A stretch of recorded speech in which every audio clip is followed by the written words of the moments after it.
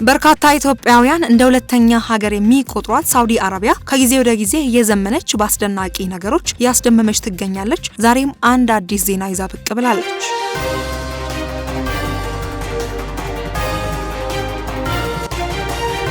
ሰላም ጤና ይስጥልን ክብራን አድማጭ ተመልካቾቻችን እንደምን ቆይታችኋል እያልኩኝ ወደ እሳቱ መረጃዎቻችን ተሻገርኩኝ። ክብራን አድማጭ ተመልካቾቻችን ከመረጃችን አንዱ የሆነው ሳውዲ አረቢያን በተመለከተ ነው። ይህ መረጃ የበርካቶች ሳውዲ አረቢያን በተመለከተ የዘመናት ጥያቄ ነው። ሳውዲ አረቢያ አስደሳች ሕግ አውጥታለች። ከዚህ ቀደም ከዜጎቿ በቀር ለማንም የውጭ ዜጋ በተአምር አልፈቅድም አይደረግም ያለችውን ሕግ በመሻር እንካችሁ አዲስ ዜና ብላለች። እኛም ተቀብለናል። በዚህ በተሻረው ሕግ ምክንያት የራሳችንን ንብረት በሳውዲ አረቢያ እናፈራለን ቤትን ጨምሮ ማለት ነው። እንዲሁም በርካታ የውጭ ዜጎች ስለሚመጡ ሰፊ የስራ እድል ይፈጥራል። በአሁኑ ሰዓት ሳውዲ አረቢያ በርካቶቻችን እንደምናውቀው በተለይም ለወንዶች ምንም ስራ የለም የሚባልበት ደረጃ ደርሷል። ለሴቶች ደግሞ ውስን የስራ ቦታ ነው ያለው። አሁን የመጣው ህግ ግን በርካታ መሰረተ ልማቶች ስላሉት ሰፊ የስራ እድልም ይዞ ነው አዲሱ የሳውዲ አረቢያ ህግ ይዞ የመጣው። መረጃው በሳውዲ አረቢያ የማትኖሩትንም የውጭ ዜጎችን ጠቅላላ የሚመለከት ነው ማለት ነው።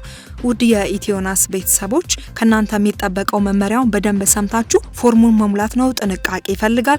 እኛም በመረጃችን ጉዳዩን አስመልክቶ ሙሉ መረጃውን ይዘናል የምናጋራችሁ ነው። ሌላኛው መረጃችን የዓለማችን ሁኔታ አንዱ አስደሳች አንዱ አሳዛኝ ነውና በፊሊፒን ድንገተኛ የመርከብ አደጋ ደረሰ። አስክሬን ፍለጋ አሁንም እንደቀጠለ ነው። ጉዳዩን በተመለከተ ሙሉ መረጃውን ይዘናል። ይህንንም ወደ እናንተ እናጋራችሁ ይሆናል። ክብራን አድማጭ ተመልካቾቻችን ለእናንተ እጅግ ጠቃሚ መረጃ ይዘን ተገኝተናል። እስከ ዜናችን ፍጻሜ ድረስ አብራችሁን ቆዩ። ታዲያ ለቻናላችን አዲስ ከሆናችሁ እንደዚህ አይነት መሰል መረጃ በየሰዓቱ እንዲደርሳችሁ ቻናላችንን ሰብስክራይብ በማድረግ የደውል ምልክቱን መጫን እንዳይረሱ። ቪዲዮ ላይክ፣ ሼር በማድረግ ይጀምሩ።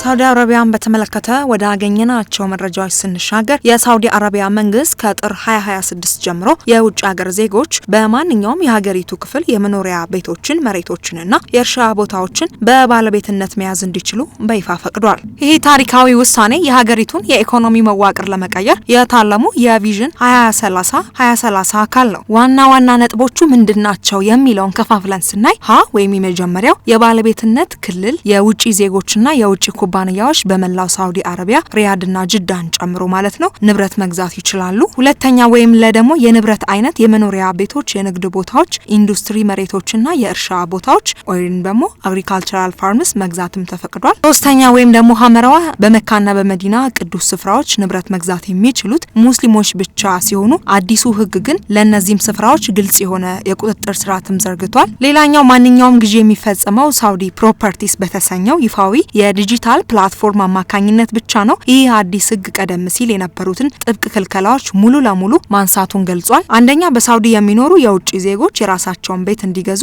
እድል ይሰጣል። ሁለተኛው ዓለም አቀፍ ባለሀብቶች በሳውዲ ግዙፍ ፕሮጀክቶች እንደ ኖም ያሉ ላይ በቀጥታ እንዲሳተፉ ያደርጋል። ሶስተኛው የሀገሪቱን የሪል ስቴት ገበያ በከፍተኛ ደረጃ ያነቃንቃል። አዲሱ የሳውዲ ፕሮፐርቲ ፕላትፎርም የውጭ ዜጎች በሳውዲ አረቢያ ንብረት የሚገዙበትና ብቸኛውና ይፋዊ ዲጂታል መስኮት ነው። ይህ አሰራር ከጥር 22 2026 ጀምሮ በይፋ ስራ የጀመረ ሲሆን ሂደቱም እጅግ ዘመናዊና ግልጽም አድርጎታል። ስለ አጠቃቀሙና ስለ ግዢ ሂደቱ ዝርዝር መረጃ እንደሚከተለው ቀርቧል። አንደኛ ሂደቱ የሚጀመርበት መንገድ እንደ ባለቤቱ ሁኔታ፣ የግዢ ሂደቱ እንደ ገዢው ማንነት በሶስት መንገድ ይከፈላል። በሳውዲ የሚኖሩ ዜጎች በቀጥታ ድረገጽ ላይ በመግባት በኢቃማ ቁጥራቸው ማመልከት ይችላሉ።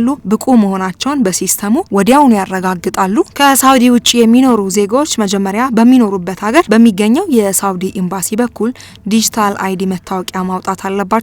ከዚያ በኋላ በፕላትፎርሙ መጠቀም ይችላሉ። የውጭ ኩባንያዎች መጀመሪያ በኢንቨስት ሳውዲ ፕላትፎርም በኩል ተመዝግበው የንግድ ቁጥራቸውን 700 ማግኘት ይጠበቅባቸዋል። ሌላኛው የግዢ ሂደቱ ቅድመ ተከተል ስቴፕ ባይ ስቴፕ ወደ እናንተ የምናቀርበው ነው። አንደኛ ንብረት መምረጥ፣ በፕላትፎርሙ ላይ ለውጭ ዜጎች የተፈቀዱ የጂኦግራፊ ክልሎችን መለየት። ሁለተኛው ማመልከቻ ማስገባት፣ በሳውዲ ፕሮፐርቲ በኩል የንብረቱን መረጃ እና የገዢውን መረጃ መሙላት። ሶስተኛ የግብይት ታክስ መክፈል። ከገዢው ዋጋ 5% የሚሆነውን የሪል ስቴት ግብይት ታክስ የሳውዲ ታክስ ባለስልጣን መክፈልና ማረጋገጫን ማያያዝ። አራተኛ የኤሌክትሮኒክ ምዝገባ። ማመልከቻው በሪል ስቴት ባለስልጣን ታይቶ ሲፈቀድ የባለቤትነት ማረጋገጫ በዲጂታል መንገድ ይሰጣል። በሌላ በኩል ማወቅ ያለበት ጠቃሚ ነጥቦችን አንድ በአንድ ወደ እናንተ እናቀርባለን። የሳውዲ ፕሮፐርቲ ድረገጽ ሊንክ እና በዋና ዋና ከተሞች ስለተፈቀዱ ቦታዎች ዝርዝር መረጃ እንደሚከተለው ቀርቧል። አንደኛ የሳውዲ ፕሮፐርቲ ይፋዊ ድረገጽ የሳውዲ አረቢያ የሪል ስቴት አጠቃላይ ባለስልጣን የውጭ ዜጎች ግብይት የሚፈጽሙበትን ይፋዊ ፕላትፎርም ጥር 22 2026 ስራ አስጀምሯል። ሌላኛው አጠቃቀም በሳውዲ የምትኖር ከሆነ በኢቃማ ቁጥር ከሀገር ውጪ ከሆንክ ደግሞ በሳውዲ ኤምባሲ በኩል በምታገኘው ዲጂታል አይዲ መግባት ትችላለህ። ሁለተኛ የተፈቀዱ ከተሞችና ልዩ ዞኖች። አዲሱ ሕግ በማንኛውም የሳውዲ ከተማ ውስጥ ንብረት መግዛትን ቢፈቅድም መንግስት የውጭ ዜጎች በብዛት እንዲገዙ የሚበረታቱባቸውን የጂኦግራፊ ክልሎች በ2026 የመጀመሪያ ሩብ ዓመት በዝርዝር ይፋም አድርጓል። በሪያድ ውስጥ በብዛት ለውጭ ዜጎች የተፈቀዱት ዘመናዊ ግዙፍ ፕሮጀክቶች ያሉባቸው ቦታዎች ናቸው።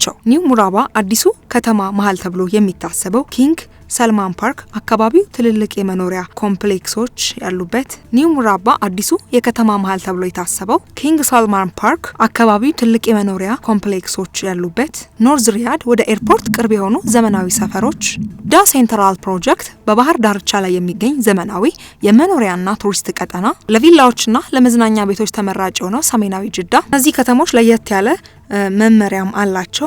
ንብረት መግዛት የሚችሉት ሙስሊሞች ብቻ ሲሆኑ የግዢው ሂደትም በልዩ ቁጥር ስፔሲፊክ ሬጉላቶሪ ፋርምወርክ የሚመራም ነው። ተጨማሪ ወጪና ታክስ። ንብረት ሲገዙ ከዋጋው ተጨማሪ የሚከተሉትን ክፍያዎች ግምት ውስጥ ማስገባት ይኖርቦታል። 5% ግዴታ የመንግስት ታክስ አለ። እስከ 5% ተጨማሪ ክፍያ የባለቤትነት ዝውውርና የአስተዳደር ክፍያ ለአንዳንድ የውጭ ዜጎች ምደባ ሊታሰብም ይችላል። ጠቃሚ ማሳሰቢያ፣ ንብረት ከመግዛታችሁ በፊት በሳውዲ ፕሮፐርቲ ፕላትፎርም ላይ ያለውን ኢንተራክቲቭ ማፕ ወይም ደግሞ ካርታ በመመልከት የምትገዙትን ቦታ ለውጭ ዜጎች መፈቀዱን ማረጋገጥ ትችላላችሁ። ማለት ቸኩላችሁ ለውጭ ሀገር ዜጎች ያልተፈቀደውን እንዳትገዙ። እዚህ መመሪያ ላይ ያለውን በጥንቃቄ ማየት መመልከትና እያንዳንዱን ነገር ትኩረት ሰጥታችሁ ፎርሙን መሙላት አለባችሁ ማለት ነው። ሳውዲ አረቢያ ይህንን ማድረጓ በጣም ጥሩ ነው። ለራሷም እንዲሁም ደግሞ ለውጭ ዜጎች ለሰራተኞችም ሰፊ የስራ እድል የሚፈጠርበትና እንዲሁም ደግሞ በርካታ የውጭ ዜጎች የሚኖሩበት ቦታ ነው የሚሆነው። ይሄ ደግሞ እንደ አንድ ሀገር ሲታሰብ የስልጣኔ ማማ ላይ ያወጣታል ማለት ነው። ላይክ እንደነ ዱባይ ማለት ነው። ሌላኛው መረጃችን ፊሊፒንስን በተመለከተ አሳዛኝ መረጃ ነው። በደቡባዊ ፊሊፒንስ ሌሊት 342 መንገደኞችን አቅፋ ስትጓዝ የነበረችው መርከብ በመስመጧ የሟቾች ቁጥር ቢያንስ 18 መድረሱ ታውቋል። የአደጋው መንስኤ መርከቧ ከዛምቦአጋ ከተማ ወደ ጆሎ ደሴት ስትጓዝ ከሌሊቱ 7:50 አካባቢ የቴክኒክ ብልሽት አጋጥሟታል። የደረሱ ሪፖርቶች እንደሚያመለክቱት በመርከቧ የታችኛው ክፍል ላይ ቀዳዳ በመፈጠሩ ውሃው በከፍተኛ ፍጥነት ገብቶ ሊሰምጥም ችሏል። የሟቾችና የጠፉ ሰዎች ቁጥር እስካሁን 18 ሰዎች አስክሬን የተገኘ ሲሆን 24 የሚሆኑት መንገደኞች እስካሁን የት እንደደረሱ አልተገኙ። የነፍስ አድን ስራ የፊሊፒንስ ባህር ጠረፍ ጠባቂዎች፣ የባህር ኃይልና የአካባቢው አሳ አጥማጆች በጋራ በመሆን እስካሁን 317 ሰዎችን በህይወት ማዳን ችለዋል። የአካባቢው ሁኔታ አደጋው የደረሰው በባሲላን ግዛት አቅራቢያ በሚገኘው ባሉክ ደሴት አካባቢ ነው። በወቅቱ የባህሩ ሞገድ አስቸጋሪ እንደነበር ተነግሯል። የባሲላን ግዛት አስተዳዳሪ የሆኑት ሙጂብ ሀታማን እንደገለጹት የተረፉት ሰዎች